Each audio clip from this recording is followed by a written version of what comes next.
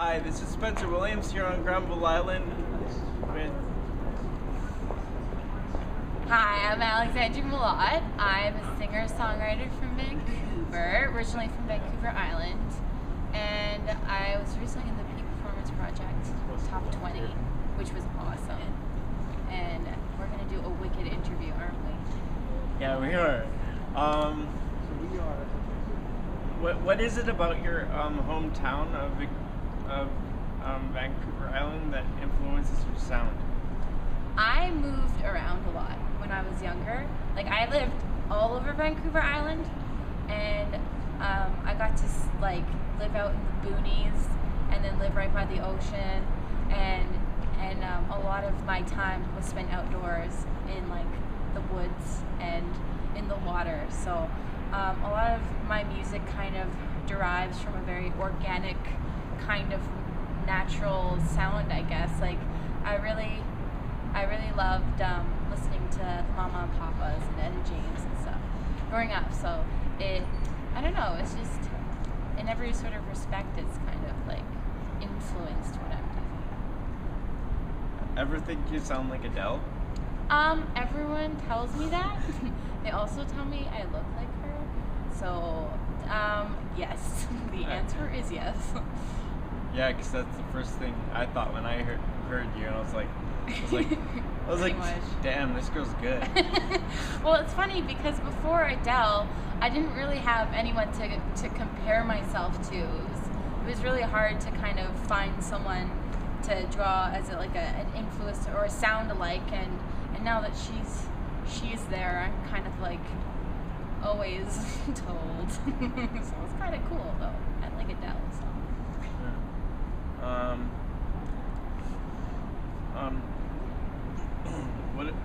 What are some of your musical influences? Well, besides Adele.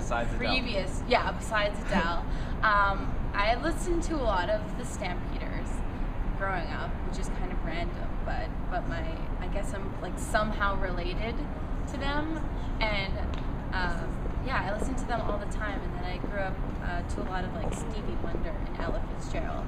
So a lot of oldies, and then there's also people like Fleetwood Mac and Heart, and a lot of my dad's music. So kind of from everywhere, but I did listen to a lot of the old Motown stuff. That's kind of where I got started. That's pretty good. Yeah. Yeah. With you playing at the Backstage Lounge, what do you like about playing live?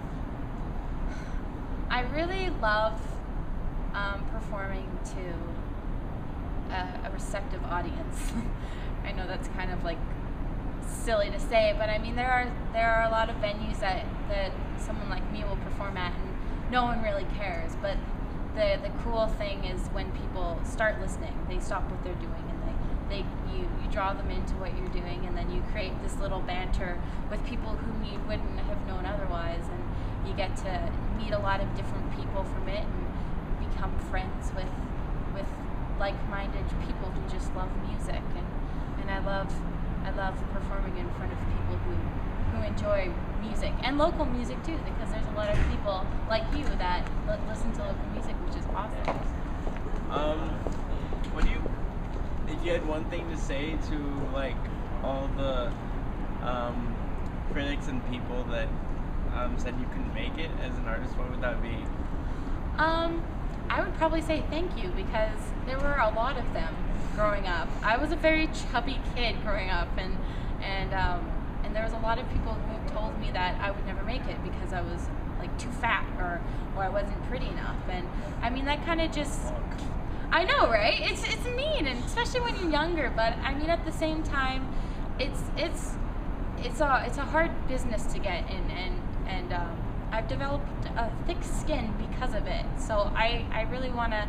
I think it's great that there were people there to kind of keep my head intact and keep me grounded, so I could just keep persevering, even with everything that was going on.